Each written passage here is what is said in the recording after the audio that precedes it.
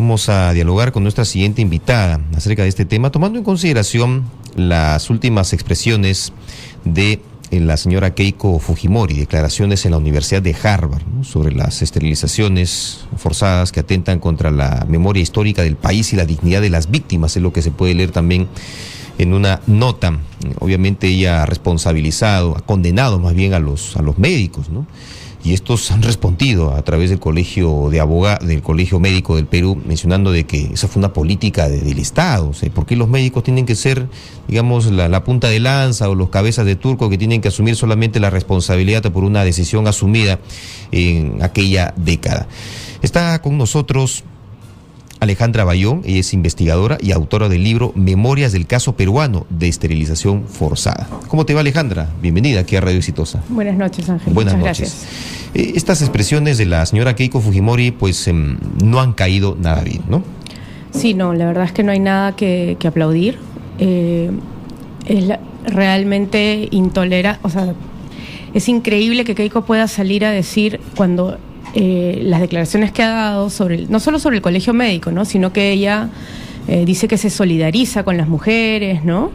Yo no creo, la verdad, que los peruanos le puedan creer las declaraciones, ya que Keiko Fujimori era primera dama es decir, en el segundo gobierno de Fujimori, cuando se hizo esa política de Estado, política pública, de salud pública, y ella era primera dama en ese momento, ¿no?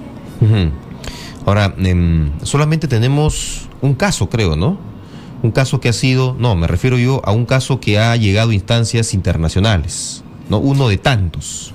Claro, el caso de María Mamerita Mestanza Chávez, con el que se llegó a un acuerdo, es decir, el Estado reconoció ante la Comisión Interamericana de Derechos Humanos que esto había sido un crimen de lesa humanidad. Y dentro de este acuerdo correspondía al Estado hacer las investigaciones sobre las más de 300.000 personas que fueron esterilizadas durante los años 90, durante toda la década, ¿no? Hay que entender que se esterilizaron a más de 300.000 personas durante la década de los 90, sobre todo mujeres rurales y nativas, ¿no? Pero que el programa se masificó y tuvo el apoyo tanto de las Fuerzas Armadas como del el Ministerio de Salud a nivel nacional durante 1996 al 2000, con consecuencias hasta el 2001, bajo el Programa Nacional de Salud Reproductiva y Planificación Familiar. Ahora, obviamente que para establecer el número exacto se necesita, por cierto, que el Estado tenga que, más que allanarse a una sola sentencia, demostrar que hay una voluntad, ¿no? Y en ese sentido, las últimas expresiones de funcionarios del Estado, pues, no coadyuvan. Sí, son lamentables.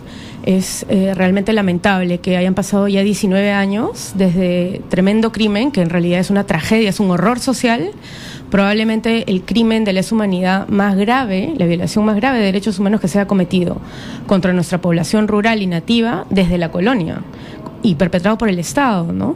Entonces, es lamentable que hayan pasado también tantos gobiernos y que después de 19 años no se haya podido ni siquiera dar un acceso al juicio.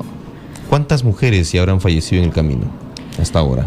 Se tienen registradas 18 muertes, pero no solamente mujeres fueron esterilizadas. No, fueron, a ver, en el, digamos, cuando se masificó el programa, ya cuando se pusieron cuotas y cuando ya se habla de este programa de salud pública bajo el Programa Nacional de Salud Reproductiva y Planificación Familiar, se esterilizaron a 272.000 mujeres y solamente a 24.000 hombres o 27.000 hombres, ¿no?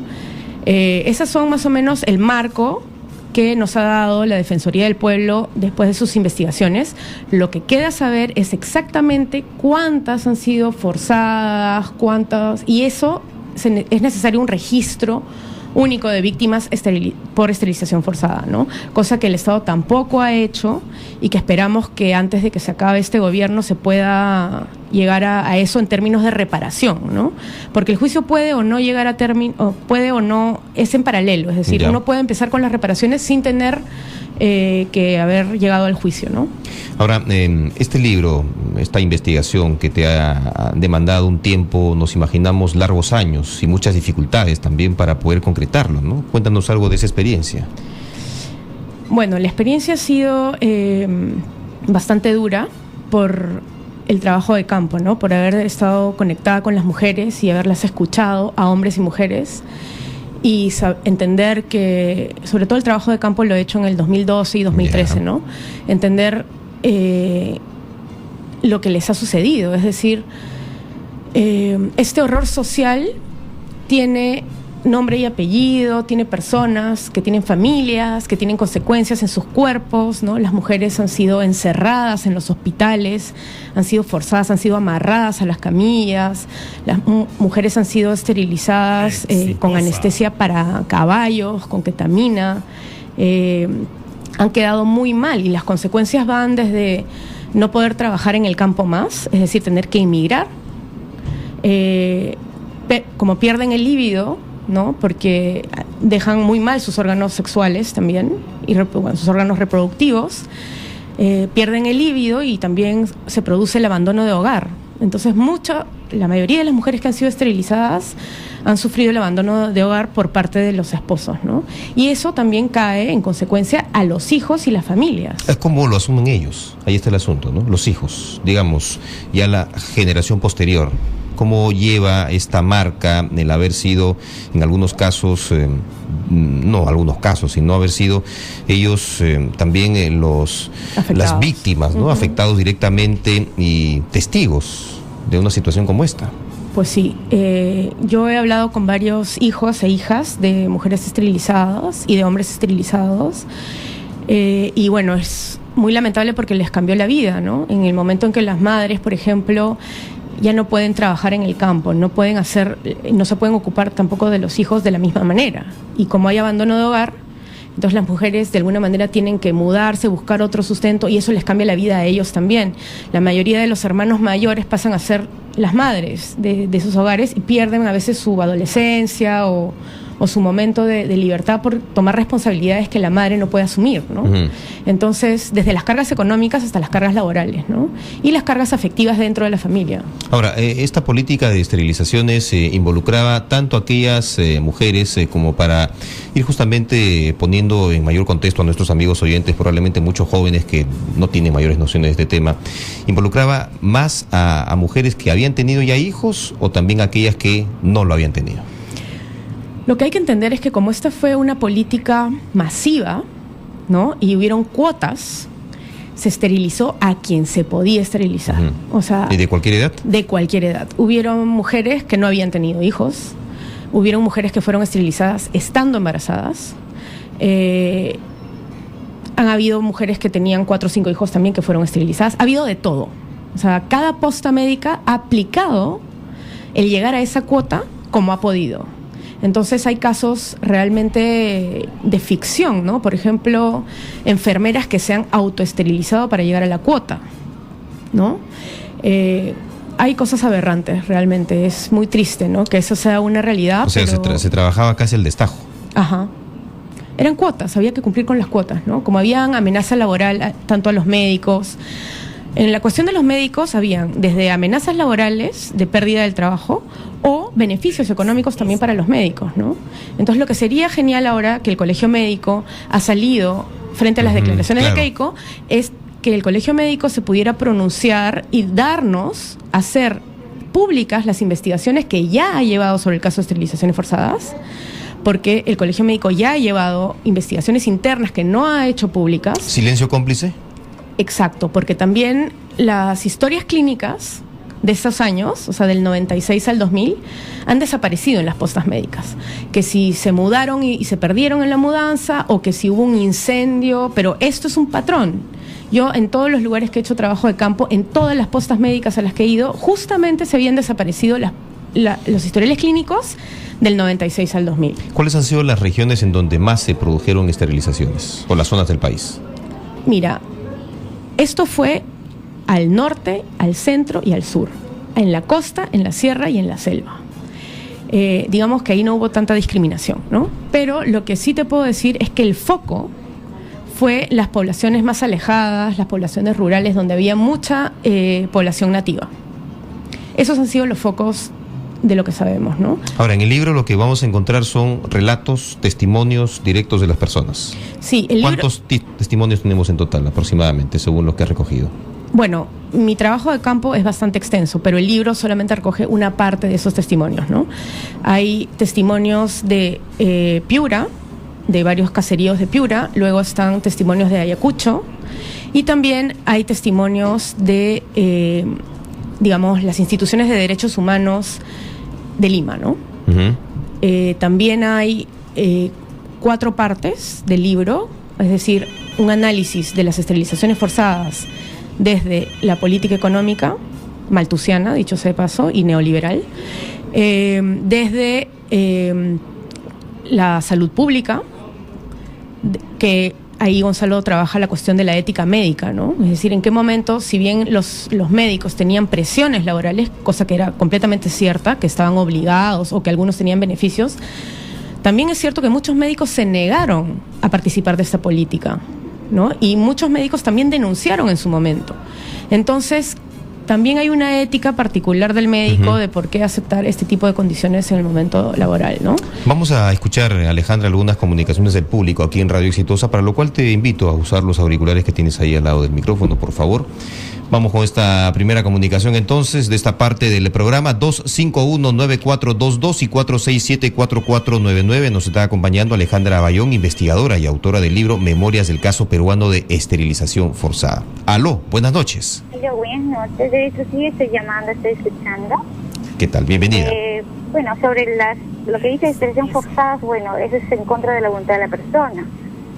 Pero viendo las situaciones, a veces casos que hay, al menos en la sierra, a nivel nacional acá en Perú, se ven muchas cosas que a veces traen hijos no deseados. Los niños los maltratan, los golpean, los matan, cada día se ve en la televisión tantas cosas, y yo pienso que acá solamente, así como en China, deben tener 2 hijos, al menos en la sierra tienen 7, 8 hijos, y los mandan acá a Lima, provincias, a trabajar. Y eso no me parece justo. Estoy escuchando a la señorita, la doctora, que ella está en todo lo correcto de decir que no tienen su niñez. No es como un niño que de 10 años, todo niño tiene derecho a una niñez, a jugar, a estar, ¿no? Pero sin embargo, ellos tienen trabajos forzados, al menos en minas, en chacras, que ellos no deberían trabajar.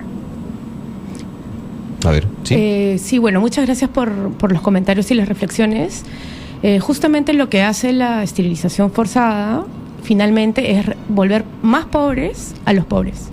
¿Por qué? Justamente porque las mujeres ya no pueden trabajar y se destruye el hogar y la familia, que en el campo es una estrategia laboral también. Como eso se pierde, también las familias y los hijos se vuelven también más pobres y tienen que trabajar aún más forzadamente. Ahora, lo que hay que entender es que yo no estoy para nada en contra de un método de planificación familiar. Las mismas mujeres nativas de la Sierra, del Norte y de todo el Perú piden que ellas poder tener derecho sobre su propio cuerpo, ¿no? Ellas tienen derecho a ser esterilizadas, ligadas, ¿no? La ligadura de trompas, la vasectomía, ese debe ser un derecho de todo ciudadano para poder planificar familiarmente su familia. Sin embargo, lo que sucedió no fue eso. Fue una situación de crimen de lesa humanidad, de forzarlas contra su voluntad. Lo que se debería hacer es un programa real de salud que les diera la oportunidad de entender cómo y cuáles son los métodos que más le pueden convenir a las mujeres y a sus familiares para poder tener una familia con la que puedan darles los beneficios económicos y el afecto, ¿no? También necesario para cada niño. Vamos a escuchar una llamada más. Aló, buenas noches. Buenas noches. ¿Cómo está, caballero? Bienvenido. En primer lugar, quiero saludar a la señorita y de igual manera a usted también, señora Arévalo. Quería consultar a la señorita. Mira, mi madre, por ejemplo, yo ya tengo ya más de unos 30 y tantos años, pero ha sido también, ¿cómo se dice? Esterilizada. Operada, en otras palabras. Uh-huh. Esterilizada, exacto. Entonces, actualmente ella ya tiene 50 años y vive en el campo, entonces a veces ya no puede hacer como debe ser, digamos, en sus actividades en la chacra, digamos, en el campo, ¿no? Ya siente el dolor o o sea, fácilmente se puede enfermar, se les hemos palabras. Entonces, ¿qué se puede hacer? ¿O de qué manera, digamos, buscar a la justicia, digamos, como una reparación, digamos, ¿no? Uh-huh. Esa sería mi consulta. Bueno, justamente lo que ahorita estamos tratando de hacer con el grupo de reparaciones por esterilización forzada es tener un registro de víctimas, ¿no? Entonces, lo que se tiene que hacer es que las personas que están esterilizadas, que han sido esterilizadas, denuncien, ¿no? Para que puedan entrar en esta lista, digamos, de personas, para que en el momento que se pueda llegar a la reparación, poder contar con ellas. Además, también hay digamos, las mujeres que han denunciado están dentro de la lista del SIS, ¿no? Que les da algunos beneficios en salud, aunque debo admitir que el SIS no se está cumpliendo como debería cumplirse para las mujeres esterilizadas, ¿no? Muy bien, Alejandra, queremos agradecerte por tu participación aquí en Radio Exitosa, también con la intención de conversar más adelante acerca de este tema, ¿no? Y ampliar, porque yo entiendo que este asunto lamentablemente va a ser usado políticamente en esta campaña electoral, ¿no? Como que ya está haciendo. Sí, definitivamente. Ya está sucediendo, ¿no? Muy bien, muchas gracias. Muchas gracias, hasta luego. Éxitos, felicitaciones también por este trabajo importante.